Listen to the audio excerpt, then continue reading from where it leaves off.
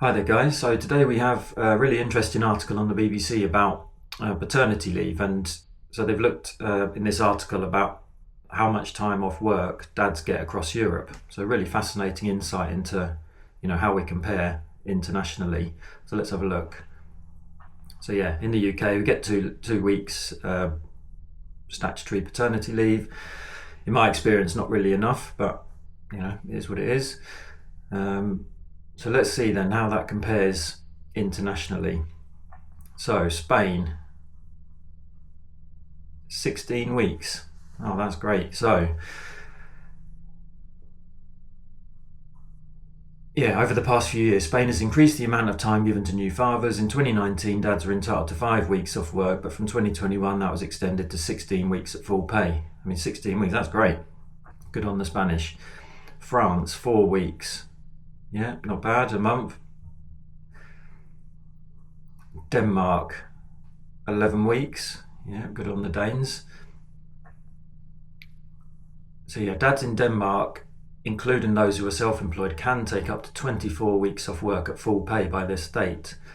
After 11 weeks, the remaining 13 can be transferred to the birth partner if wanted, so they can use them as extra maternity leave.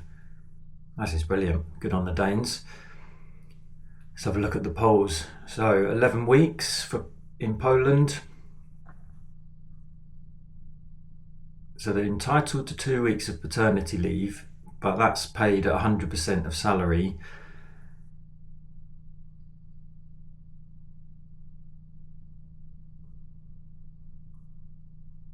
And then you can take a further, let's have a look. Yeah, another 9 weeks of non-transferable parental leave, which must be taken in the first year. So it's available to both parents, but is paid at 70% of full-time salary. So potentially 11 weeks. So yeah, pretty good. Sweden, well, this is amazing, 10 months. Let's have a look.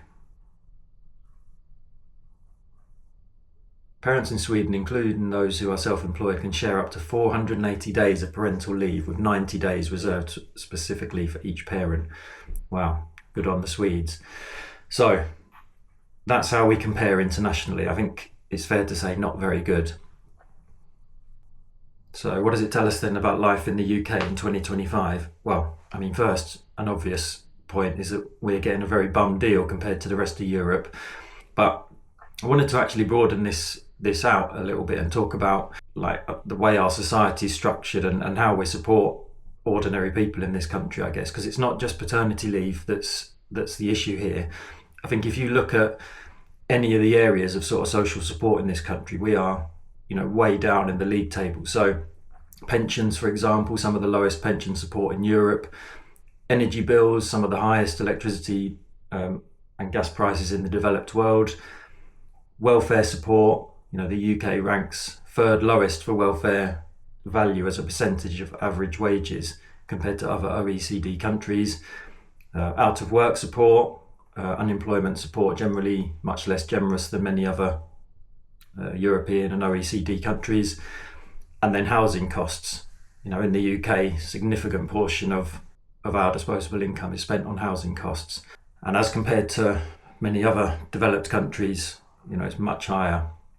So I wanted to talk a little bit about why it is that we seem to be getting shafted in all these different areas.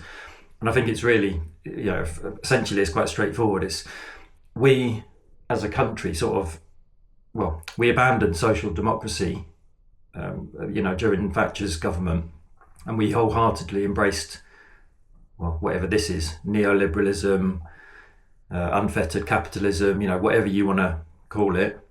And the end result of that is that we've put ordinary people on the scrap heap, sad to say.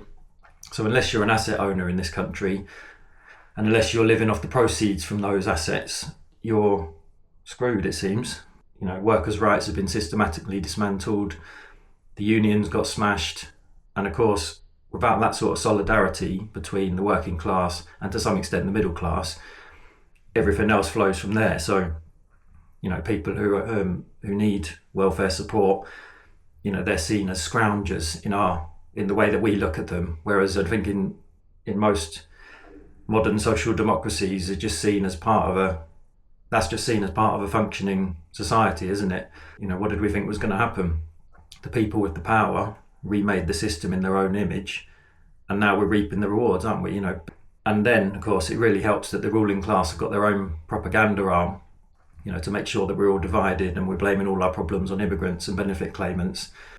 Is there anything we can do to change it? Well, I suppose we have to get active, don't we? Join the Green Party or join a trade union. Try and do your best to stand up for working people, for ordinary people. But yeah, thanks a lot, guys. See you next time.